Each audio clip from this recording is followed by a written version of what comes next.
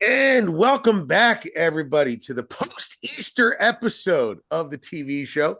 I'm Jay Black, joined as always by the lovely and talented Rhea Hughes and the mediocre and very talented Angelo and Cataldi. Hey, guys. Uh, First off, I want to say I hope you guys had a very nice Easter and you got a lot of nice candy. I got Reese's peanut butter eggs, which were my favorite thing on the planet Earth. So I'm a happy boy. And I want to jump into something right away that's sort of an evergreen problem in television that sprung up because an actor named Nicky Katt. I don't know if you guys remember Nicky Katt. He died in a very sad way. He took his own life last week, and he was on a TV show called Boston Public. And I Oh would yeah. check out, because I was thinking about him. I wanted to watch an episode of Boston Public, and not available, guys. It's not available anywhere. Legally, it's not available anywhere. And I'm reminded of the fact, I know, Angelo, you're a huge fan of 30 something. There are TV shows from the 80s and 90s and early 2000s that are completely inaccessible because of movie or music rights. Very famously, this happened to WKRP in Cincinnati. And Angelo, as somebody who loves television and loves like the old television, how is this still a problem in this country, and how do we fix it? I want to watch these shows. How do I do it? By the way, first of all, the three you mentioned that are inaccessible to us are all terrific shows. 30 something. One of the greatest episodes of TV I ever saw was in season 3. I believe it was the finale. It was part one of a two-part thing. It was so brilliantly done. It was like a Scorsese movie. It was just brilliant. China Beach, Dana Delaney, great Yep. show, a great show. And Boston Public, I watched every episode of. I'm still unhappy when they canceled it because it was still a great show. And I did not know, Jay, I swear I did not know that you could not stream these because of the music issue. Yeah. To me, here's the amazing part to me. All right, so they can't come to an agreement with the artist whose music was in the original, right? That's the problem, all right? Mhm. Well, what money are the artists getting then by them denying this to be streamed? If they were getting no money and you were watching an episode of China Beach and you heard a great song, you could go on iTunes and buy it. Right. And then the artist would profit from that, right? The way it is right now, no one profits from anything. You have to fix it. And to me, the first step would be to cut a deal. And I'm going to guess they didn't do this because there's not that much interest in streaming these shows. Is that what it is, Jay? So it was the original agreements did not have any provision for streaming or DVD because those things didn't exist at the time that the contracts were struck. So they go back to the music people and they go, hey, we want to release a DVD of it. And they say, well, you got to pay us $100,000 for this song. And they're like, we're not going to sell 500 DVDs of this. We're not going to, nobody's going to stream this enough that it's going to ever make up for your one song, let alone all the other songs that we need. So it really, I think, Rhea, it comes down to greedy music companies, not musician, but music companies. Well, I think they're stupid because if I'm not right, remember the Kate Bush song that was in Stranger Things? Yeah. I don't know. Like, I didn't watch Stranger Things, so I don't know if it was was it the music? Was it their theme music? It was the one girl used the song, I think it was Running Up That Hill by Kate Bush, to ground her in reality. So she played it every time she needed to come back. It wound up hitting the charts, and I think it was like 15, 20 years old. Yeah. Like, I remember I heard it, on the radio one day, and I went, God, I forgot how much I love that song. I downloaded it to my Spotify. That's how much I liked it. So it's like, to me, it does. It makes absolutely no sense. Now, I think you can buy the DVDs, of these whole seasons. They're not cheap, though. I mean, you're already paying for all these streamers. Right. But I think what I had read was WKRP tried to circumvent it by using different music, and it was like an utter fail. Sure. Yeah. You got to use the original songs. Yeah. And Angela, we saw with Suits, shows can get big again on streaming. You put Boston Public on Netflix, it might be the next Suits. Nobody knows. And then you're making a ton of money all around. Everybody's happy. Just do a percentage of the profits and make everybody happy. It doesn't make any sense to me. Well, here's the thing, all right? Solution, all right? Assuming they can't come to a deal, there should be some sort of legislation, some sort of law that there's a statute of limitations, right? Like, I would think like 25 years, all right? Yeah. Once a show is 25 years old, you should be able to stream the music without having to directly pay the artist. The artist will still profit via people who download the songs who are watching these shows. So they're ahead of the game. And the people that want to see these shows, these are great shows that have seen there's so many people out there have not even discovered them. That seems 25 years seems like a fair number. It's kind of public domain. It's like, there is music out there now that you can use without paying anyone. Happy Birthday is one of them. It is Happy Birthday. Yep. There are some of those music out there now. We should be able to increase the number of public domain songs so that people would have access to the artistry that surrounds them. And they should be proud that they're associated with these great shows. Absolutely. I don't understand why sometimes it's just bold greed sometimes ruins simple stuff. And that's what this is.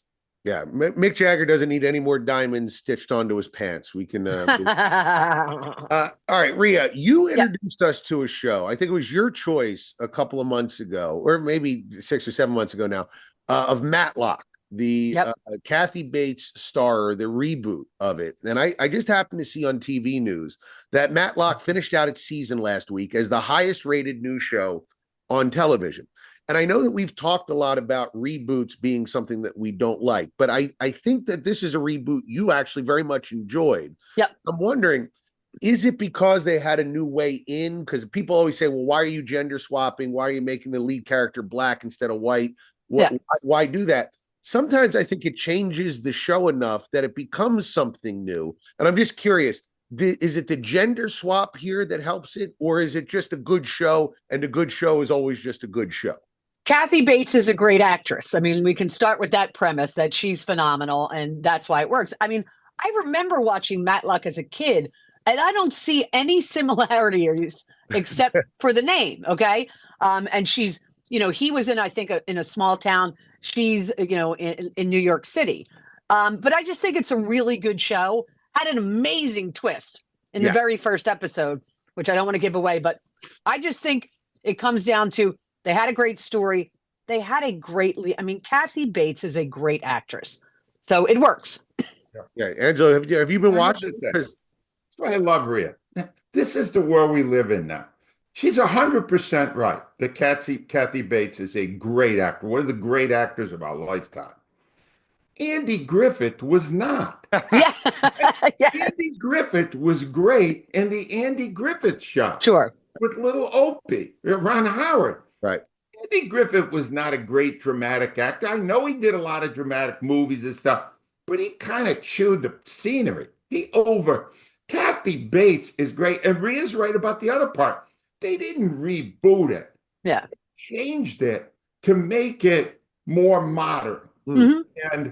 And frankly, it didn't sustain for me because I'm seeing too many of these shows now. Elsbeth is the same kind of thing. The all-knowing detective, Yeah. It didn't sustain for me. The best network show I saw this year was Doc, but Matlock is a very good show. It still addresses, though, Jay, the same basic problem we're having right now. Nobody's got new ideas. No. You got to take Matlock, which was a Metza show. It was a great show in its day. Let's bring it back with a great actor, see how that works. Now, why? Why can't you come up with something new? Is it that hard to be creative? Or, and Jay, you could address this better than anyone because you're in the industry, or the only thing you can get approved is something they're already familiar with. Bing, bing, bing, bing, bing. That's it, 100%, Angela.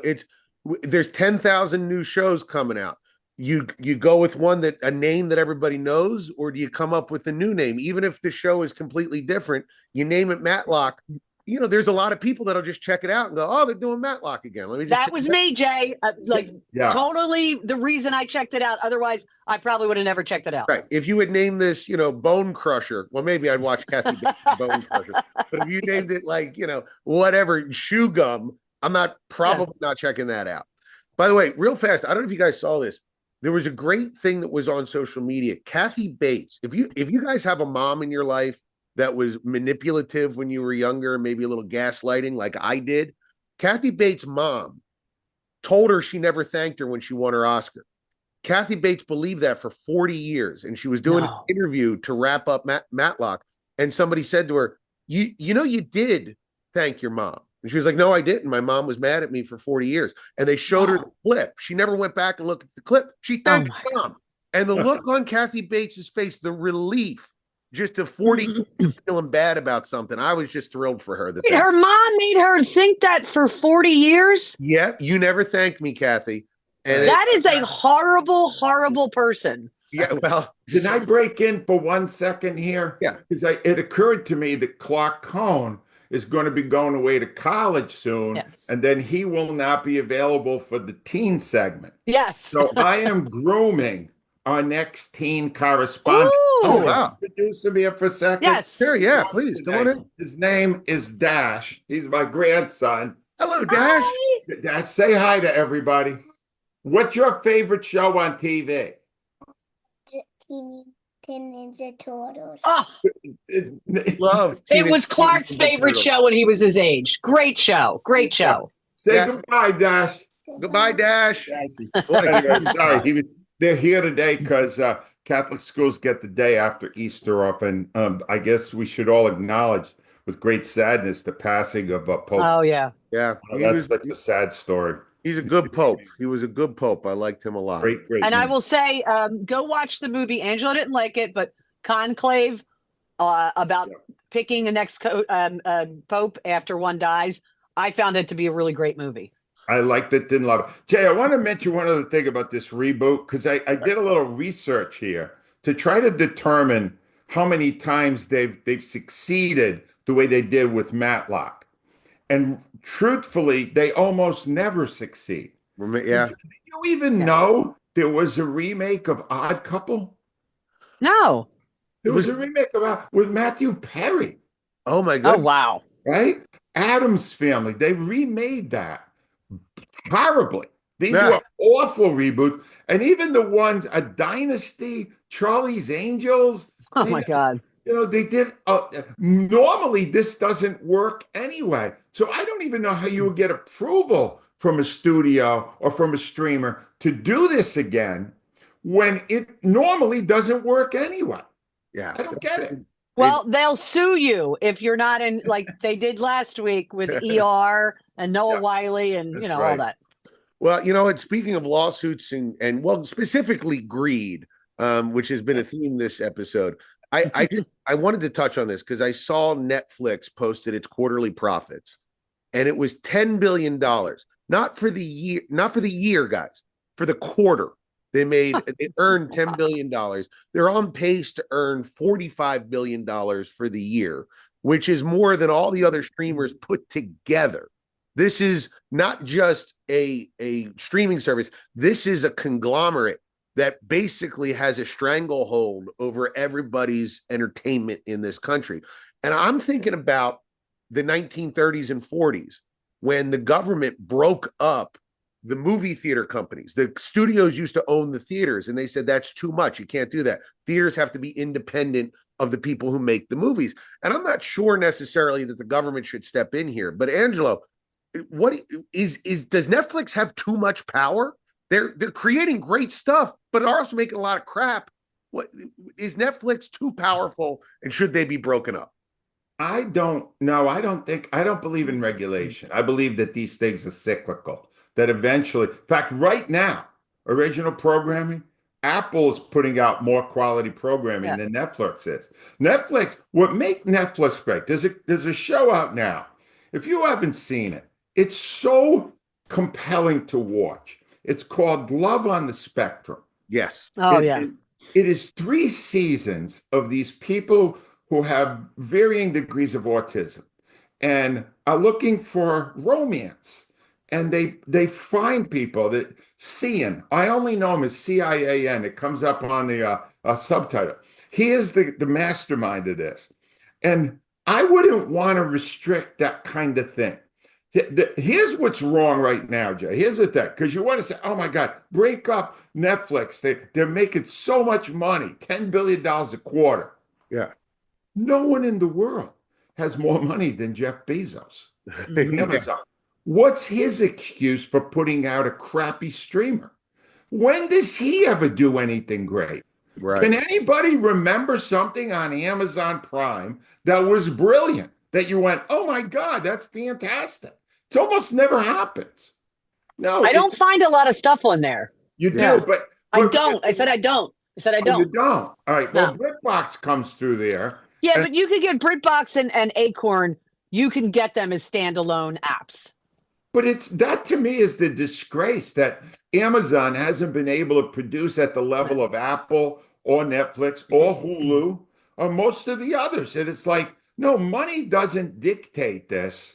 What dictates it is the people who understand how to do good TV. And right now, Netflix is doing good enough TV that I wouldn't want to mess with it. Rhea, do you agree? You think Netflix is top of the heap and deserves to be there? So, I mean, I think the concern is now, Jay, unlike you, I don't remember back to the 1930s and 1940s when they had to do that. But what you do worry about is it is a quality thing. Like I know Quentin Tarantino was kind of bashing Netflix because, he's trying to, he makes films. Okay. And he was talking about Netflix going, well, you've got Ryan, what's his name? Why am I blanking on his name? Ryan Reynolds. Ryan Reynolds is getting 50 million. His movies he's making 50 million a pop for really kind of crappy movies that are on Netflix, and that, smaller movies aren't being made. So, but, I'm also not one of those people who's like, I don't mind a movie like The Fall Guy. I thought that was fun. Ryan Reynolds movies on Netflix, I mean, I think they were made in like a half a day. Yeah. I mean, there's not a lot put into them, but they're okay. But I just see the point of, if they're too big, are they not going to make the smaller, better movies or, films, because they've got bills to pay? I just worry about that.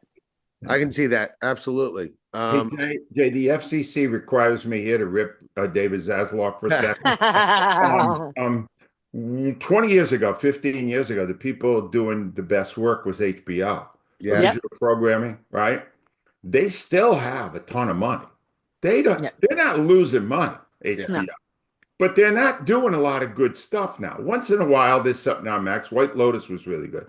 But the fact is, it's really the success of these streamers are a reflection of their leadership, like it is in sports or anywhere else, not because they have a monopoly. David Zaslav has managed to find a way to make HBO and Max virtually irrelevant in original programming because of his own complete ineptitude. There, I have fulfilled the FCC. Okay, I'm getting a call. Okay, yeah, we're good for the month. We don't have to. All right. Well, we talk about ineptitude. What's the opposite of ineptitude? That is competence. And ladies and gentlemen, you want competence? There's only one guy to go to. Who is it, Angelo Cataldi? I want to talk to Rhea personally here for a second. Yes. One thing about Rhea Hughes that has maintained long after my departure from radio, and that is Rhea's ability to hold advertisers. Rhea is brilliant as a spokesman for advertisers. And Rhea, could you explain to people how you end up being a spokesman for somebody like Steven Singer? What are your qualities that go into you saying, I will endorse this business? So I have one strict rule when I am endorsing people, and that's I must use the product. I mean, I've had offers to, be endorser for many. And obviously, I've been to Steven Singer.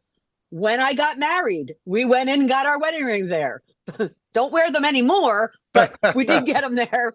And, so it's just, I've used it. I send all my people to it. But, my thing is I like to get to know the owners and the heads of businesses. I like to have relationships with them. because I think that's how you sell better. And I mean, one of the most fun people we've ever had as an advertiser in the history of WIP is Steven Singer. And going into his places like that, that's what makes a difference. That's what I've always liked. Look, I represented a lot of companies in the time I was on the radio, and I had no greater pride than I did for Steven Singer, because when I said go to Steven Singer Jewelers, the other corner of 8th and Walnut, I absolutely knew that the customer was going to be treated well and feel good about listening to WIP because we told them to go there. And that's the most we can do as people who endorse a business. And that's why Steven Singer at IHateStevenSinger.com is the absolute best jeweler on Jewelers Row. Guys, you got, 2 weeks before Mother's Day. Don't mess up Mother's Day. You probably messed up Valentine's Day. Don't mess up Mother's Day. Right now, thank you to Steven Singer. All right, Rhea, I know we don't have a team this week. I have one for my son, so I can jump in with that. But let's British first. So this is kind of a different kind of one. It's actually Swedish, but it's on Netflix, so I'm going to plug Netflix. It's called The Glass Dome. But here's the weird thing. There are a lot of foreign shows that are available on Netflix, but they're all dubbed in American voices. This one, I think it's dubbed. I guess I have to look it up. But if it is dubbed, it's one of the best I've ever seen. They're using British voices. So I found a little loophole because I really like the show so far. So it's 6 episodes. What I like for a mystery, it's got to grab me. Don't give me 3 episodes where I gotta slog through it. So it starts off with this female criminologist. Her adoptive father calls her and says, you got to come back home to the small Swedish town. Your adoptive mother has passed away. She had been ill, it wasn't murder or anything like that. She comes back. Her name's Lila, comes back. And at the funeral runs into an old friend. And they said, hey, let's get together tomorrow for drinks before you leave and head back to America. Well, turns into a whole murder mystery. The adoptive father was the former head of police. She's a criminologist.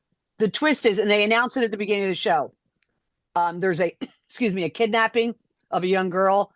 Her unique perspective as a criminologist is that she was also kidnapped as a child, never solved. So I'm about to start the 4th episode. I really like it a lot. And like I said, British, well dubbed if it is dubbed. I don't think you'll know any of the actors. The woman who's the main part in it, I really like her a lot. And so far I'm enjoying it. I'm just going to say one thing, Rhea. I have been on the fence about checking that out, and now I will. Because it's Netflix, right? It's Netflix. 6 episodes. Not a lot of episodes. I looked at it and went, I wonder. So thank you. I now there you go. Check it out this week. And there you go. I'll jump in. My son this weekend watched Sinners, the new Ryan Coogler movie that stars Michael B. Jordan. It is an original $90 million movie that was released by Warner Brothers, our friend David Zaslav. So he did something right. It was a movie at the box office this weekend. It made about $45 million. It's going to probably break $100 million. It is an original story set in the 1930s where blues artists are being attacked by vampires. It's a horror movie where vampires are being used as a metaphor for white people taking black artistry. And my son gave it 4.5 stars out of 5. It is, he said it was fantastic. And it's interesting. Ryan Coogler struck one of the more interesting deals with this. Not only does he get first point gross, not only did he get final cut, but this movie, because it is about black ownership of their own artwork, he will retain the rights to this movie after 25 years. The ownership of the movie comes back to him, which is unheard of in Hollywood. So if you're looking for, and I know, Angelo, it sounds kind of out there, but it's action, horror, and a historical movie with a music overlay all in one. My son said it was great. And not only that, the place was packed on Easter night. So people are really digging this. Sinners, Ryan Coogler. Let me just say this. All right, Jay, this is how old I am. I was around for the 3rd remake of the original Dracula with Bela Lugosi. I think in this one, the Dracula meets Abbott and Costello. Oh, yes. Yeah. I love that one. This was literally 70 years ago. and they said, enough with this vampire crap, right? There's been 8 million vampire things since then. Can we come up with something new? I'm going to Oh go my see it. I'm going God. to tell you if it's good. I trust my son, Angelo. I think it'll be good. What do you got for us this week? I got something that absolutely fits all the things I've been bitching about. Totally creative, totally compelling, insanely great. And it just completed its 7th season. And I just completed watching its 7th season. 33 episodes and an interactive movie, Black Mirror. And let me say this. I'm going to make a profound statement because I'm old and it's all I do. All right. The Black Mirror is better than Twilight Zone, which is what it's most often compared to. Twilight Zone was a great anthology show. Every episode self-contained, interesting, twisty, science fiction-y, that kind of stuff. This one almost never misses. Twilight Zone, because Rod Serling was the creator of it, had a lot of political things he wanted to get in, and there were tons of clunkers in that series. This, almost everyone is brilliant. And there was an episode in season 3, San Junipero, which was so brilliant. I thought, well, he'll never hit that level again. He did in season 7, episode 5, Eulogy. Ladies and gentlemen, if you want to see a great story and a brilliant performance, Paul Giamatti in Eulogy, it's the story of a lost love. Now, every one of these Black Mirrors has some technological issue associated with it. And this one, he can go back in time to relive this romance he had for 3 years with this woman and how it ended. And it's so emotional. It's so raw. It's unbelievably good. And the whole season is great. It's on Netflix. And start with season 7. You don't have to watch them in order. Yeah, Ange, because you lost me at 33 episodes. I'm like, I don't have enough time to devote to 33 episodes. It's 7 seasons. Rhea, once you start, and I'll tell you what, don't start with the first episode, because the first episode was designed. Charlie Brooker is the guy. He's a brilliant British showrunner and creator. And he wanted to get attention. So he had the prime minister had to go on live TV and have sex with an actual pig. Yeah. Right? And you remember that, right, Jen? That's why I never watched it. Yeah, don't start with but Rhea, don't watch that first. Get into that's disgusting. Watch that one last, Rhea. You don't need to watch How about watch it never? But I can't recommend more highly Black Mirror. It's great. It's always been great, and it's great this season too. Don't miss it. Just a little bit to defend Rod Serling. He wrote like 40 episodes of Twilight Zone a year, doing nothing but smoking 4 packs a day and drinking 100 cups of coffee. So there's going to be a couple clunkers in there. Yeah. And he died at 50. So don't shocking. Don't smoke and drink coffee like it's going out of style. Angela, what did we talk about this week? All right. Rhea still loves Matlock. We talked about rebooting. Matlock can be seen the entire first season on Paramount Plus. I told you to check out Love on the Spectrum on Netflix. It's an example of why Netflix should not be restricted in any way, even though they're making billions of dollars. Love on the Spectrum on Netflix. The Glass Dome is also on Netflix. Rhea recommends it. Jay's son has said Sinners in theaters is excellent. And Black Mirror on Netflix is brilliant. You will love it. Absolutely. Make sure you check out Angelo Cataldi's book, Loud, which you can get on Amazon.com. You can get it on Audible.com or AngeloCataldi.com. Make sure you watch Rhea Hughes every single morning on the morning show, which is on YouTube right now. And this is where you see I'm actually in studio today, which is why I'm drinking iced tea. And make sure you check out my movie Tenants on Tubi. It's a great way to put your kids to sleep every night. Just run it on repeat in their room is white noise. And guys, keep telling us, everybody you know about the podcast, because we're growing every week and we want to keep on doing that. We'll see you next week, everybody.